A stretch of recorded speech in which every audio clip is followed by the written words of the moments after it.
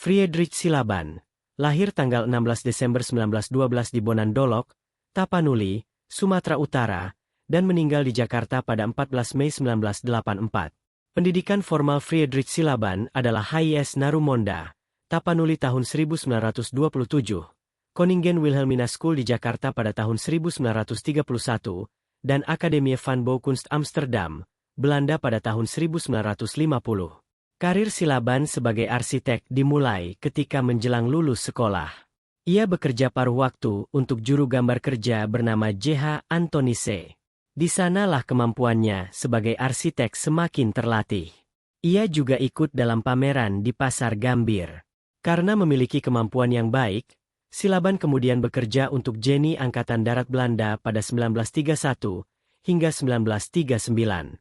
Selanjutnya ia pindah menjadi drafter di Kota Praja Bogor pada 1939 hingga 1942. Saat pendudukan Jepang, Silaban bekerja di Dinas Pekerjaan Umum Bogor hingga 1947.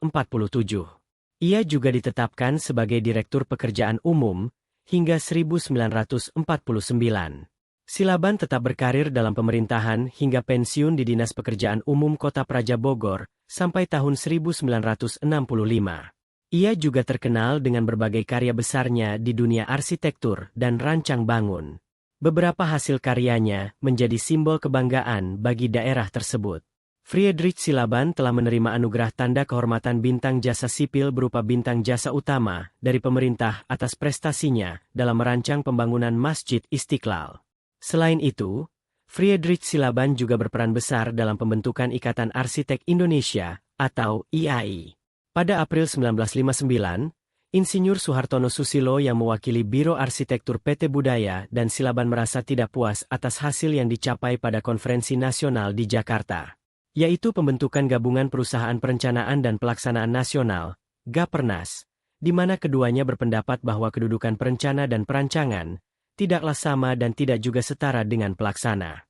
Mereka berpendapat pekerjaan perancangan berada di dalam lingkup kegiatan profesional, yang mencakup tanggung jawab moral dan kehormatan perorangan yang terlibat, karena itu tidak semata-mata berorientasi sebagai usaha yang mengejar laba. Sebaliknya pekerjaan pelaksanaan atau kontraktor cenderung bersifat bisnis komersial, yang keberhasilannya diukur dengan besarnya laba dan tanggung jawabnya secara yuridis atau formal bersifat kelembagaan atau badan hukum, bukan perorangan serta terbatas pada sisi finansial. Akhir kerja keras dua pelopor ini bermuara pada pertemuan besar pertama para arsitek dua generasi di Bandung pada tanggal 16 dan 17 September 1959. Pertemuan ini dihadiri 21 orang, 3 orang arsitek senior, yaitu Friedrich Silaban, Muhammad Susilo, Lim Buancie dan 18 orang arsitek muda lulusan pertama jurusan Arsitektur Institut Teknologi Bandung tahun 1958 dan 1959. Dalam pertemuan tersebut dirumuskan tujuan, cita-cita, konsep anggaran dasar dan dasar-dasar pendirian Persatuan Arsitek Murni, sebagai yang tertuang dalam dokumen pendiriannya, menuju dunia arsitektur Indonesia yang sehat. Pada malam yang bersejarah itu resmi berdiri satu-satunya lembaga tertinggi dalam dunia arsitektur profesional Indonesia, dengan nama Ikatan Arsitek Indonesia disingkat IAI. Karya arsitektur Friedrich Silaban antara lain: Gedung Universitas HKBP Nomensen, Medan, 1982. Monumen Pembebasan Irian Barat, Jakarta, 1963. Monumen Nasional, Tugu Monas, Jakarta, 1960. Gedung BNI 1946, Jakarta, 1960. Kantor Pusat Bank Indonesia, Jalan Tamrin, Jakarta, 1958. Rumah pribadi Friedrich Silaban, Bogor, 1958. Masjid Istiqlal, Jakarta, 1954. Pembangunan masjid ini diprakarsai oleh Presiden Republik Indonesia saat itu, Soekarno. Peletakan batu pertama sebagai tanda dimulainya pembangunan masjid ini juga dilakukan oleh Presiden pertama Indonesia itu, pada tanggal 24 Agustus 1961. Proyek masjid ini diarsiteki oleh Friedrich Silaban, anak dari pendeta Lutheran yang berasal dari Huria Kristen Batak Protestan. Desain masjid ini mengusungkan tema ketuhanan. Masjid ini memiliki gaya arsitektur formalisme baru dan internasional. Dengan dinding dan lantai berlapis marmer, dihiasi ornamen geometrik dari baja anti karat. Bangunan utama masjid ini terdiri dari 5 lantai dan 1 lantai dasar.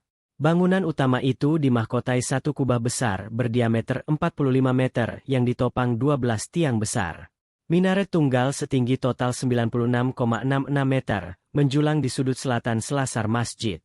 Masjid ini mampu menampung lebih dari 200.000 jemaah. Kala itu, bangunan-bangunan yang dibuat syarat akan nilai-nilai nasionalisme. Pada desain bangunan Masjid Istiqlal pun juga terdapat nilai nasionalisme, yaitu kubah berdiameter 45 meter yang melambangkan tahun proklamasi kemerdekaan Republik Indonesia pada 1945. Sebagai informasi, pembangunan Masjid Istiqlal memakan waktu hingga 17 tahun. Peletakan batu pertama dilakukan pada 1961 oleh Insinyur Soekarno dan diresmikan oleh Presiden kedua Indonesia, Soeharto pada 1978. Lamanya pembangunan masjid tersebut karena situasi politik yang kurang kondusif. Pada masa itu, berlaku demokrasi parlementer di mana partai-partai politik saling bertikai untuk memperjuangkan kepentingannya masing-masing. Kondisi tersebut memuncak pada 1965 saat meletusnya peristiwa G30 SPKI. Setelah situasi politik mereda, pada 1966, Menteri Agama KH. Muhammad Dahlan mempelopori kembali pembangunan masjid ini. Kepengurusan dipegang oleh KH. Idam Halid yang bertindak sebagai koordinator Panitia Nasional Pembangunan Masjid Istiqlal. Pembangunan Masjid Istiqlal pada waktu ini menelan biaya dari APBN sebesar 7 miliar rupiah atau 12 juta dolar. Stadion Utama Gelora Bung Karno, Jakarta, 1962. Setelah Federasi Asian Games menyatakan Jakarta menjadi tuan rumah Pesta Olahraga Asia 1962. Pada tahun 1958, persyaratan minimum yang belum dipenuhi oleh Jakarta adalah ketersediaan kompleks multi olahraga. Menanggapi hal ini, Presiden Soekarno mengeluarkan keputusan Presiden tanggal 11 Mei 1959 tentang pembentukan Dewan Asian Games Indonesia, atau DAGI yang dipimpin oleh Menteri Urusan Pemuda dan Olahraga Maladi. Soekarno, sebagai seorang arsitek dan sarjana teknik sipil, mengusulkan lokasi di dekat Jalan M. Haji Tamrin dan Menteng, yaitu daerah Karet, Pejompongan, atau Dukuh Atas.